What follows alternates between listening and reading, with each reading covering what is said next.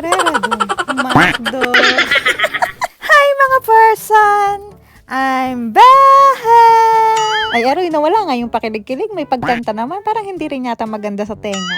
But anyway, for today's video, kasama ko ngayon ang aking kapatid dahil ngayong araw nga, napagdesisyonan ko na ngayon na bumili ng bagong Brumby para sa aking kapatid. Isinama ko na nga rin siya kahit na nga sobrang lakas ng ulan ay for the go pa rin. Pagdating nga namin dito sa shop, sa tagal-tagal ng kanyang pamimili, ito rin pala ang kanyang matitipuhan. Nagpaalam nga kami doon sa may-ari ng shop kung pwede nga ba itong sakyan at testingin. At dahil pumayag naman sila, halatang halata naman sa kapatid ko na excited siya. Dahil nga hindi namin alam ito pareho kung paano gagamitin, syempre to the rescue ang aming kaibigan.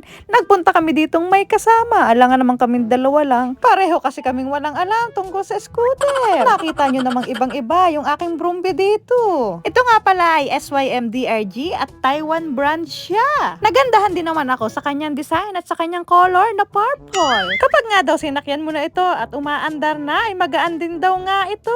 Pagkatapos nga ng mahabang paliwanagan nilang dalawa doon sa labas at desidido na ang aking kapatid, pumasok na kami dito sa office para magkapirmahan na ang mga person. Ayaw pa nga bumili ng Brumby ang aking kapatid na yan dahil hindi pa daw siya financially ready. Dahil nga bago pa nga lang siya dito sa Taiwan. At dahil nga din ako ang kanyang ate, deserve mo magkaroon ng sariling Brumby.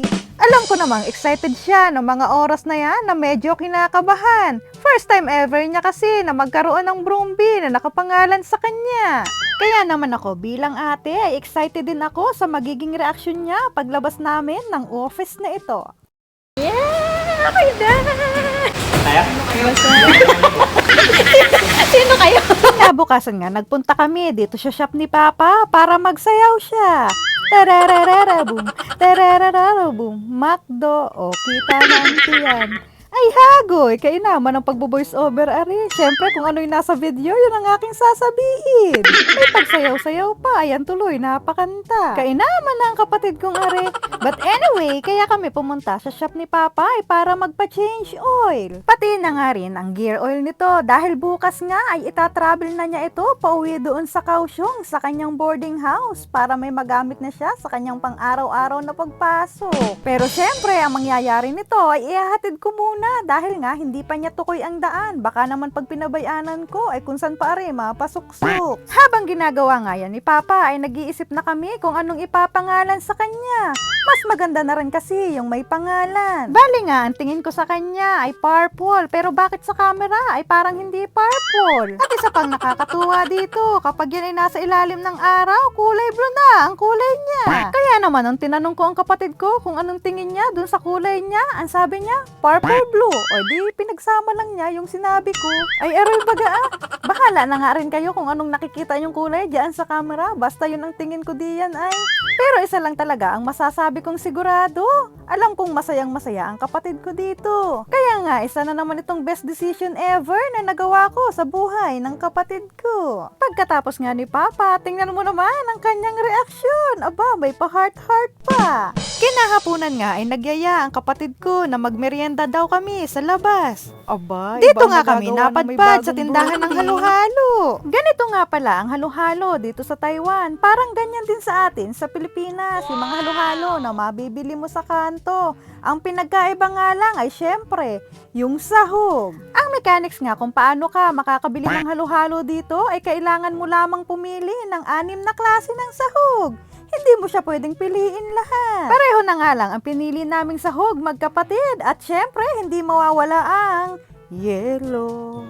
Grabe man ang yelo, uy, parang ang dami. Pagkabayad nga namin, ay ari nga, sayang-saya na ang aking kapatid. May pagsayaw-sayaw pa. Tumawid nga lang kami ng kalsada dahil may nakita kami ditong nagtitinda ng pagkain. Ito nga pala ang isa sa street food dito sa Taiwan. Ang kaibahan nga lang, nakababad sa tubig. Pero take note mga bi, hindi lang yan basta tubig, yan ay sabaw na pwede mong higupin. For the pili-pili nga muna kami magkapatid dahil hindi rin naman namin kilala yung ibang nakatusok diyan. Ay kung ano lang talaga yung matipuhan, ay yun na yun. Hindi na nga rin kami kumuha na extra na sabaw dahil meron nga kaming dalang halo-halo na hihigupin. First time nga naming makakakain ng ganito, kaya naman lahat na ng sauce dito ay aming inilagay sa aming plato. bahala na talaga kung anong lasa na rin. Pero dahil nga ang kapatid ko na yan ay walang pili sa pagkain, feeling ko lahat ng are ay masarap. Makikiupo na nga rin kami dito at dito na rin namin lalantakan ang aming halo-halo. Excited na nga siya kung ano nga bang lasa ng halo-halo dito.